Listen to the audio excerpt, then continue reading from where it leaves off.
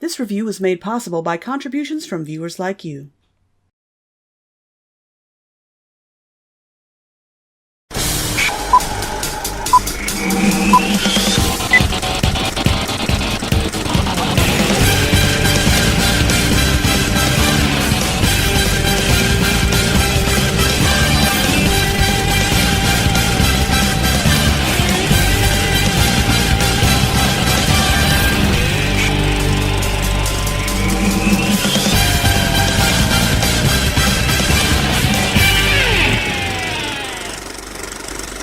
Hey guys, my executive producers have spoken, and they've decided that today we're going to look at Spark, a space tale.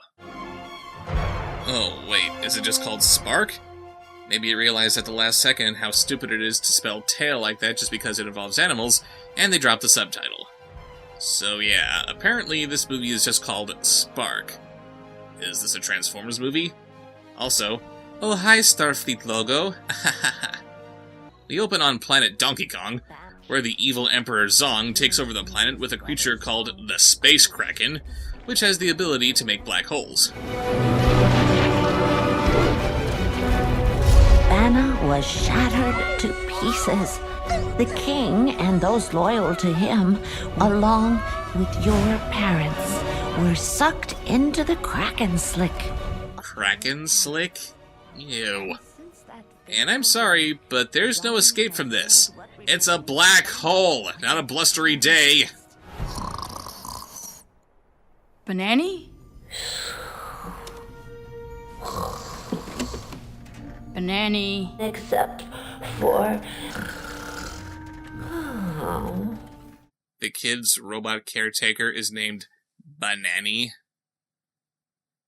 You know, I can see things in the Minions Society being named after the almighty Banana, but do we have to do that with apes too? Do you see humans running around naming their loved ones after food? Do you think I was raised by my dear sweet antipasta? This is Spark, our angsty teenage protagonist, who was the little baby we saw survive the apocalypse somehow. Except for me, Chunk, and Vix. You brought the three of us here as kids, and we've been hiding ever since. Down here in an underground bunker. When the Kraken let loose its slick, most of Banna was torn into thousands of pieces called shards. Some shards disappeared into the slick, but others were left behind. The furthest is used as a garbage dump. And that's where we live, under a giant pile of trash. Man, I love expositing to myself. But the exposition doesn't stop there. We then meet this warthog named Chunk, who is essentially the Rotor Walrus to Spark's Sonic the Hedgehog. We snagged a gravity module off the back of Zong's perimeter patrol unit. Just what I need to finish that PEC. PEC? I've been working on this for months. Why are you constantly asking me to explain it to you? Careful with that. Seriously, Spark, take it easy. You're gonna... Oh, hurt somebody.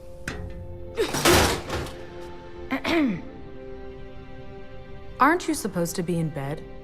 Ladies and gentlemen, we have YIF material! And this Vixen's name is Vix. You think that's unoriginal? Oh, trust me, this movie's barely begun.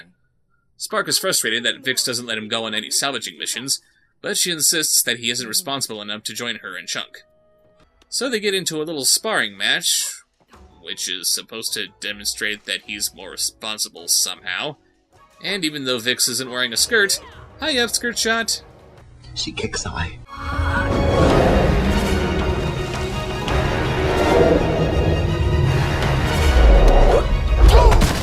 Are you hungry now?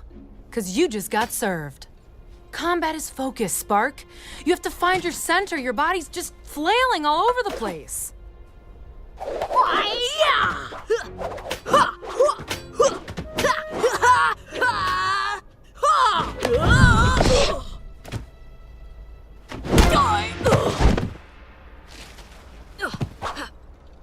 Focus! My god, how much of a better movie would it have been if she was Agent Fox? He storms off in a huff, while listening to pop music from Earth that somehow survived the apocalypse. Then we meet the mighty Emperor Zong himself. Suffice it to say, he doesn't exactly demand respect. Oh, milady, do I have a surprise for you? You're going to destroy another planet. Yes! He says that he's going to find another Kraken, with no explanation of what happened to the first Kraken, with this glowing Fabergé egg. We cut back to Spark, who complains to his little roach friend Floyd about how nobody takes him seriously, and we see him later that night walking around in a big onesie. Kid, you're 13 years old. You want people to take you more seriously? You can start by getting some big boy pajamas. He learns of a super secret mission intended for Vix, and rather than act like a responsible young adult and relay the message to her and take whatever punishment she gives him, he decides to take the mission for himself. What could possibly go wrong? He has to go to the mainland for this mission, so he decides to steal Vix's ship. Such a responsible young man. Thanks, Floyd. Hey, you're not supposed to be here. You got a point. Floyd would be really good at CinemaSins.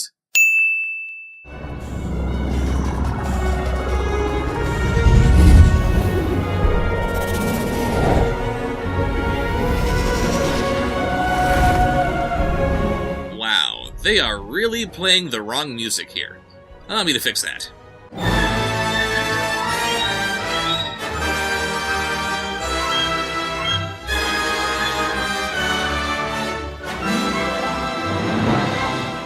Apparently, this mission leads Spark right to the Royal Palace, and at no point does he stop to think that maybe, just maybe, he's a little in over his head. Hey, Chips! Who let you out of the zoo? Wow, does that sound racist? Seriously though, this kid is aware of the concept of zoos? That raises so many questions. How does he know about apes and their involvement in zoos? Is he aware of how zoos with chimps are built and maintained by humans? Does he know what humans are? Where are the humans? If there were humans and there's nothing left but apes... Oh my god. They did it. They finally really did it! You maniacs! You blew it up! Damn you! God damn you all to hell! He evades the guards and finds his way to the Queen. She needed Vix to take this Kraken Finder away so that Zong couldn't use it, so she gives it to Spark to give to Vix for her. Wait till you see this, Floyd. It's the fate of the universe. It would give Zong ultimate power. But in the right hands, maybe it could take that power away. Give it to Vixen Chunk. You were instructed to give this thing to Vixen Chunk, do the responsible thing, and give it to Vixen Chunk. This thing means nothing to you, give it to Vixen Chunk. Okay, Kraken Finder, find us the Kraken. Okay, anytime now, let's go. It didn't come with instructions. Yes, it did. Give it to Vixen Chunk. To the Kraken! Come on, Kraken! Give it to Vixen Chunk! By the way, the design of this spaceship has been bothering me ever since I saw it, but it suddenly hit me as to why. It's the same pod that Mark Wahlberg was flying in Tim Burton's Planet of the Apes. Because we needed to be reminded of Planet of the Apes more than having the story take place on a planet full of monkeys. The Kraken Finder comes to life, somehow, and it leads Spark to a nebula where the Krakens are hidden. And how does he get the Kraken to come back with him instead of becoming the Kraken's next meal?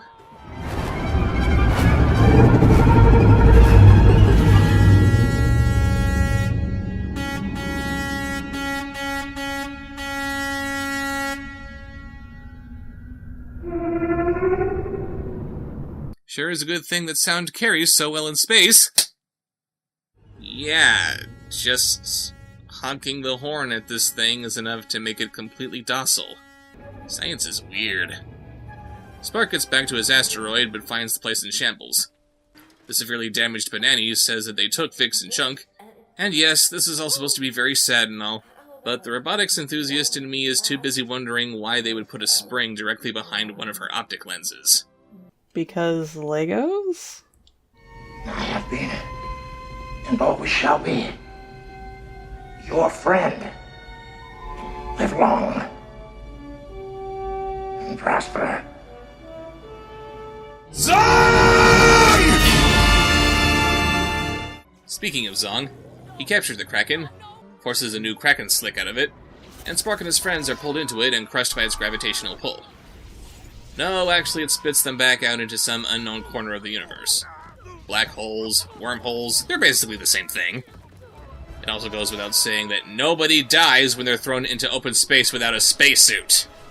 You don't need to be Neil deGrasse Tyson to know that you need a spacesuit to survive in space!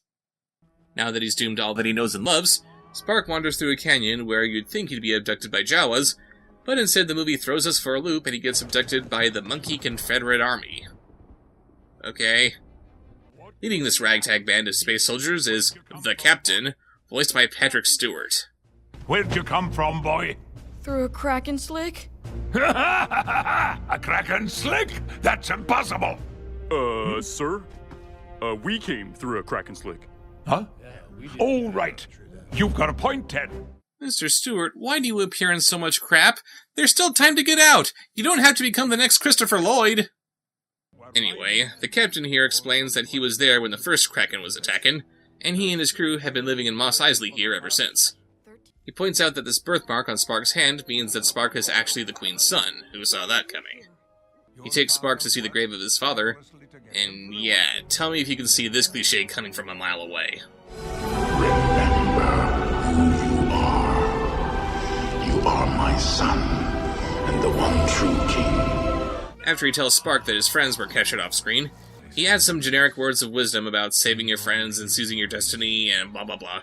Then Spark flies off to wherever it is that his friends are being held. Just what would happen if Ghost Daddy wasn't there to tell Spark where the plot was supposed to take him next? Thanks for the Deus Ex Machina movie. Spark fights off a couple of the bugs, and then...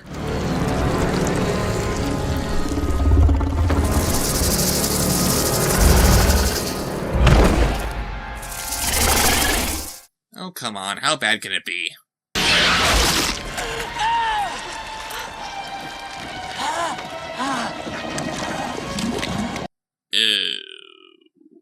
I hate you so much. What are you looking at me for? I didn't know it was going to turn into Starship Troopers! Oh, somehow you knew.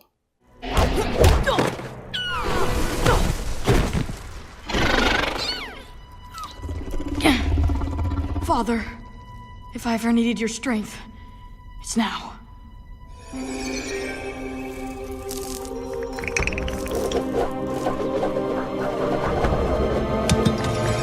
Really? So on top of all the other Star Wars parallels in this movie, they're literally throwing Jedis and the Force at us? How f***ing convenient.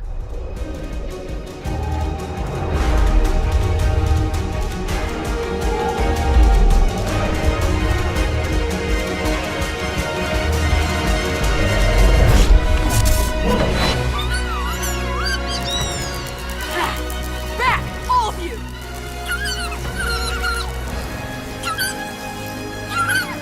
Okay, why couldn't Floyd be the one to stop these bugs in the first place?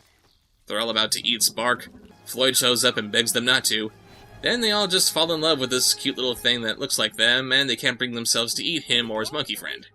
It sure would make a lot more sense than swinging at the brain bug and... what, turning his light off?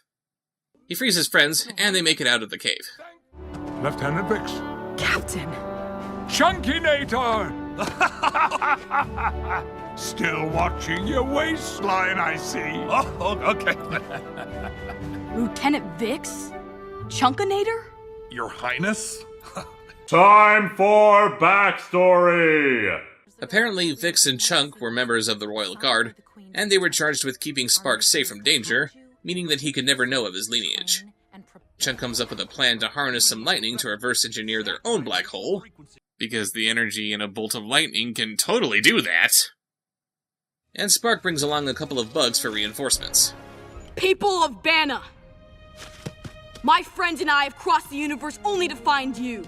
This was no accident. It was fate that brought us here, to this place.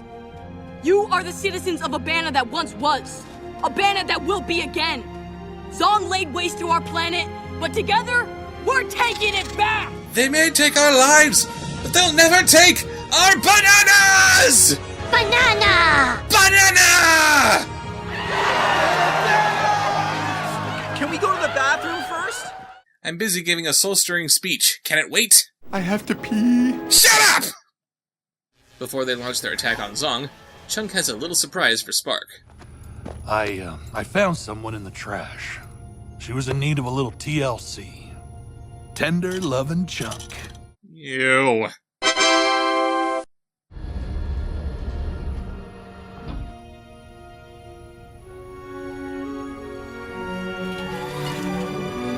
Banani! You know, this kid is supposed to be the subject of a coming-of-age story, where you learn that you can't have everything exactly the way you want them. You're gonna make mistakes. You have to deal with the consequences of your actions. People who you love are going to die, and there's nothing that you can do about it. But that's fine. You can just bring your dead nanny back to life. Everything's back to the way it should be. It's so good to see you, Spark. It's okay. Her voice is a little different, but otherwise, she's the same old Banani.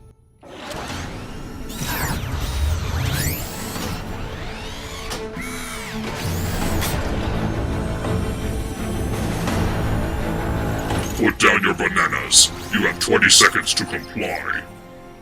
And they mutilated her corpse into a death machine? I don't want my Nana brought back as an Ed 209! On the topic of modifications that aren't insulting to the memories of the deceased, couldn't they build these pod racers with a little more protection? I don't think you're supposed to ride Sea-Doos in space. But yeah, they ride these things through the black hole to make their assault. Hey, Zong! You miss me? You! But you're dead! You're completely exposed to the vacuum of space! How are you alive right now? So a big dogfight ensues, which is ironic since there aren't any dogs in this diverse society of animals, and it's up to Chunk to turn off this latest Kraken slick. Spark, I don't do well under pressure. You don't work well under pressure? You survived the apocalypse, you've been stealing food and supplies for the last 13 years, and now you just made a machine that can turn lightning bolts into black holes! You are the hand of God!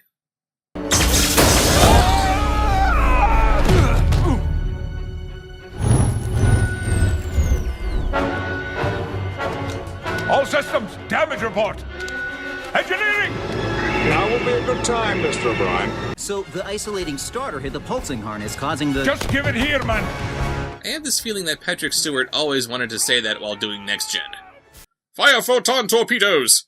You cannot fire photon torpedoes because multimodal reflection sorting. Just fix it, you prat! Royal Guard!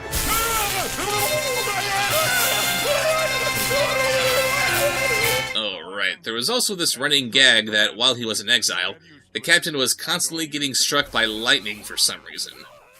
So that turned the captain into his own independent power source? And he's being backed up by space bagpipes? Is there a space Scotland?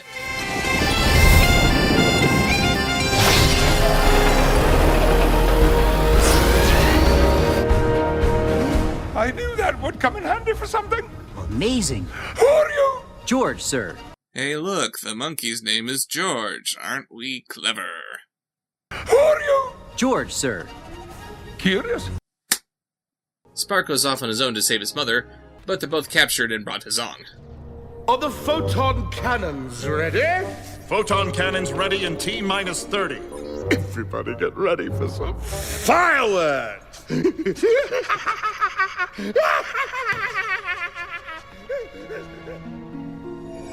Use the plot convenience, Luke.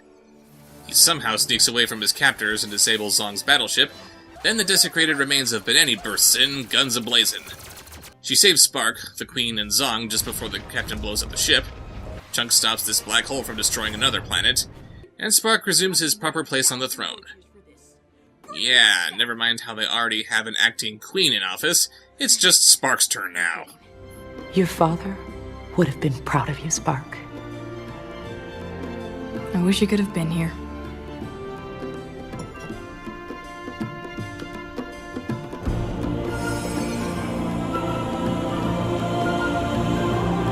He is You see, he lives in you. So when all is said and done, it wasn't enough for Spark to simply learn responsibility via correcting his horrific mistakes and getting everyone back to their homeworld. He has to be destined to rule over all of them too, because the universe just owes him that, I guess. So the credits roll and, oh my god, Spark married his mom and had a kid! Okay, so it's actually Spark's parents, and we're seeing a retelling of past events, but this is usually the part where the credits show us the aftermath of the movie's end. What's the point of showing us this again? Also, I know it's customary to throw a pop song into the end credits in movies like this, and because I'm not a music critic, I usually don't bring up such things, but the song we got for these credits is just crap. Take a look at some of these lyrics. We were on a spaceship floating through the trees. Everything was naked except you and me. Were they spying on a nudist colony? Then the world moved forward and the branches reached to the top of the forest until they found their dreams. Branches don't really need to reach to get to the top of the forest. And what kind of dreams can branches possibly have? Everything was growing, never looking back, all the green exploding, covering the tracks. So the trees blew up and derailed the spaceship? What are we afraid of? Look at all these leaves. If we pay attention, we can find our dreams. Suggesting that all you need to find your dreams is get a nice big rake? Have we always been here? Did we ever land? Are we on the surface, drawing in the sand? You're the one singing the song! You tell us! You know how they say you mustn't judge a book by its cover? The same can be said about not judging a movie by its animation. Looking at the production values of this movie, you might think it would at least be kind of decent. But this isn't really a movie. It's just a bunch of cliches coupled together into some kind of feature-length movie loaf. It rips off Planet of the Apes, Star Wars, Star Trek, RoboCop, Starship Troopers, Braveheart, The Lion King, Hamlet, and WALL-E, and in spite of ripping off all of these movies which have become beloved facets of popular consciousness, this movie devolves into being a forgettable mess. In short, if you want to watch monkeys in space, you're better off watching archival footage from NASA. See you later. Ooh, help me, Dr. Zaius! Dr. Zaius, Dr. Zaius! Dr. Zaius, Dr. Zaius! Dr. Zaius, Dr. Zaius! Oh, Dr. Zaius! Dr. Zaius, Dr. Zaius! What's wrong with me? I think you're crazy. Want a second opinion? You're also lazy. Dr. Zaius, Dr. Zaius! Dr. Zaius, Dr. Zaius! Dr. Zaius, Dr. Zaius! Oh, Dr. Zaius! Dr. Zaius, Dr. Zaius! Can I play the piano anymore? Of course you can! Well, I couldn't before.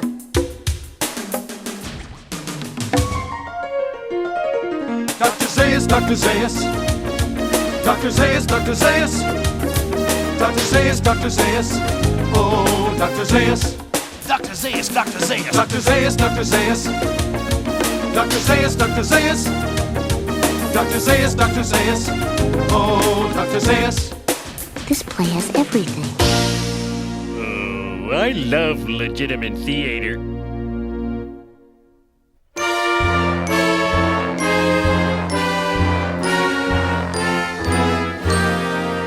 I hate every ape I see, from chimpanzee to chimpanzee. No, you'll never make a monkey out of me. Oh my God, I was wrong. It was Earth all along. You finally made a monkey. Yes, we finally made a monkey. Yes, you finally made a monkey out of me.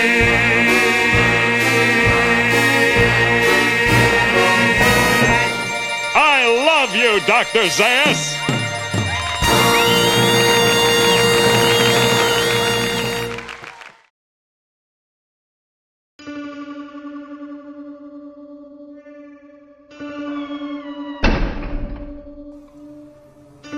Subscribe, like, follow.